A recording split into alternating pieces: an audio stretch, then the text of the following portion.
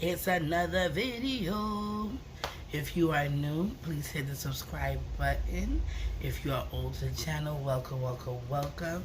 I come back to talk some foolishness again. Again and again and again. I tired of the same thing over and over. I tired of the same thing over and over. Over and over, over and over, over and over. Yeah. All right, y'all. So I come to talk the things about episode 2, You, Me, and My Ex. I had to go and take notes all year to come back and give all you the tea. Episode 2 did not disappoint at all. And it started just going a little bit deeper into the dynamics of the relationships of everyone. And it did add another family type couple to the mix. So the new couple that they added was Roy, April, and John and Loren. So Roy and April was together. They lived in a complex. April started a friendship with John, who was the next door neighbor, who was mowing the grass. So when he was mowing the grass, she thanked him by cooking him dinner. So from being the grass mower, he went to tending she grass. What a Bacchannal is that? I.e., is she husband. Wow. So you fell in love with the neighbor. The neighbor wife had to move 8 houses down. Morning, neighbor, morning. And then Roy ended up living in the house next door that he used to live in, and now John lived in the house with April that April and Roy still own. It's a whole Bacchannal. I said, it's that Bacchannal thing, and you wouldn't believe, but it looked like this is a lot of people are having this you, me, and my ex type of thing because they're so friends with their exes, which is not, that's not bad being friends with your exes, but y'all friends, best friends. They still have bank statements, banks together. They have a 14-year-old together that they share. So it's just more like deep. I was like, wow, this is crazy, y'all. And then in this episode, they went and got matching tattoos. And she didn't tell she was vexed at first. Probably still vexed, but he couldn't be vexed because the camera's there. So, you got to put on for your city and act like you're not shocked and act like you're not going to snatch her up and be like, what wrong with you? You need to tell me if you're going to go get new matching tattoos with your ex. Like, I don't know if I would do matching tattoos with any of my exes. And my mama, shout out to her, she always be like, don't put no mad name on you. And I'd be like, but you never know. You never know. I know people who got matching tattoos, which is cute, and they've been together forever and a day. So, hello. But yeah, so that couple, y'all could just tell there's gonna be a lot coming from them. Okay, now let's go over to Alex, Caroline, and Steve. This is a whole big situation because Alex, every time he talk, I just see a queen, honey, a queen. Hail the I'm queen. trying not to look at him and see a queen because I got my own inner queen. You know what I'm saying? I deal with the queens. My best friend is a queen and I love him for him, but he's also a man's man. He gonna hold the door and he gonna hold the bag and he gonna treat you like how I need to be treated. Yeah. Like going out with him made me see how I want a man to treat me, and having the general open up doors. They taking out chairs. I said, oh no. My man gotta come good or don't come at all. Boom, boom. So they went to a Friendsgiving at Caroline's sister's house where Steve didn't go because of COVID, but Alex. So sorry about that. I just got a little bit interrupted. But I'm back and let's talk about Alex, Caroline, and Steve, which is kind of crazy because you know how you ever had that one ex that your family always like, or he always come around and be like, but oh gosh, whatever happened to so and so, and why you and so couldn't make it, and So poor Alex's sister, she is definitely Team Steve, crazy. Like non-Team Caroline. And Caroline was like, I just don't understand why his family loves Steve all, even though Steve treated Alex like a piece of shit. Which is crazy because she was like, but I always treated Steve as a family member and like as a little brother. and how she wants to understand that that for her, Alex and Steve is like the normal to her in her mind, because she used to dress him up for Halloween and stuff like that. So clearly the sister is confused and does not want to give props to.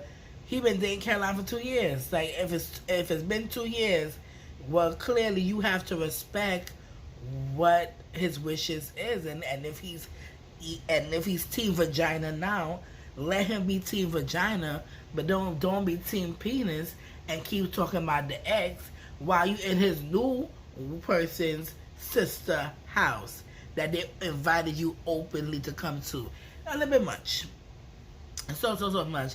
But then Alex goes on to reveal, y'all, how he wants to marry. Yes, you heard right. Marriage. And gets emotional. And I was just like, wow.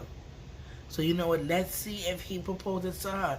And I really wish them well if he proposed and everything, because I don't want him to hurt Caroline, and I don't want him to try to be something that he's not because he wants to be nice to Caroline. Because he did say that he's just so accustomed to being nice to everybody because he know that he had been verbally abused as he was younger, and he just got so emotional. And I'm like, oh, okay, Alex, I feel for you. But Caroline has to really put her relationship into perspective. Her family, her cousins, her gay cousins are not with the relationship either. So it's kind of weird. But to each their own, and love is love. And if he loves her, who are we to judge love? Nobody. Y'all, Lisa, Jimmy, Jack, Wendy, they still planning for their RV trip to go surprise Dominic for his 21st birthday. This trip about to be the death of all of them. I can see it.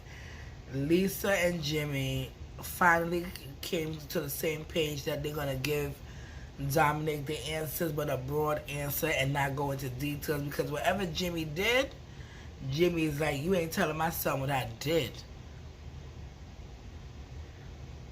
This probably wasn't a good horn, or was this the horn of all horn? And I'm so sorry for saying horn because I'm so accustomed to saying Trinidadian words. Horn is equal cheated. Okay, what somebody say is you taking horn, your man cheated on ya. Horn a woman, horn a man is the outside woman, the outside man, bullying is sex. Tobacco is, being heartbroken after somebody done horn you, and you catch a tobacco, you're just so good. You don't know what to do with yourself. I had a tobacco once, and that shit was not good. I said, what? All I wanted to do is sleep. I slept, I cried, I slept, I cried. I cried, I sleep. My heart breaking. I was like, oh God. And my cousin was there to just be there in the room with me and just let me cry. You see, tobacco is real all of you, but we ain't gonna go there. Very real. And very last but not least, y'all know how to come talk about Jerry, Kay, and Jessica. Well, this dynamic is the most one that I want all you to know that have a lot to lose, because Jerry, you have your ex-wife and your children in the same house as your new girlfriend that you bring she in. Your ex-wife is putting the line in the sand, like, I'm here to take care of my kids. I might take care of you, but I ain't taking care of that bitch. She old enough to take care of herself. She come to my, I'm gonna make breakfast. Kay tried to put her order in with her, and she was like, you could cook your own breakfast. You might as well cook for your man, but the man ended up cooking breakfast for her and thing. But Kay revealed that she is Puerto Rican, so Puerto Rican people are spicy. So we already know that Kay tried to be nice and try to come in as doting and loving as she can, but it's gonna switch. It's gonna be some spiciness in here because Jerry looks Spanish too. They all look Spanish.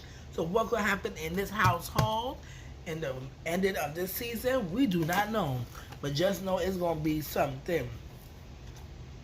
And it's crazy. I have my notes here. it's crazy because Kay was like, she got OCD. She a little bit weird. She got timers on her phone to do everything throughout her day, and now how like he put her in the basement with no closet space, no nothing. So he had to make closet space for her, and so the reason why he tried to put her in the closet so that he could go have hanky panky time in the closet rather than give her her own damn space and go have hanky panky time in her room or something that you could have could have transformed a closet at least or something with a bed, a proper bed. The girl sleep on a blow up bed. That gotta be love. You have to love a man to sleep on a blow up bed. You have to. Because at the end of the day, what are you doing this for?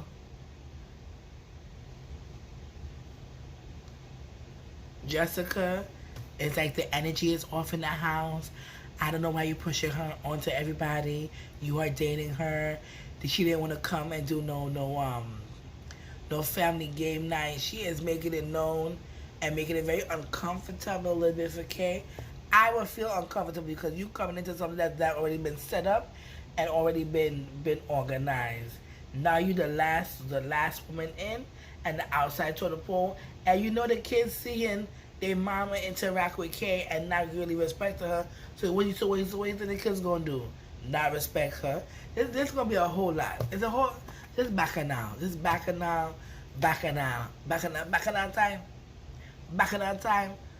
So y'all, episode 3 we gonna see what pop off. But this episode 2 was nothing but foolishness. But it did dig deep into the relationships of everybody involved. All right, y'all. See you next time. Bye.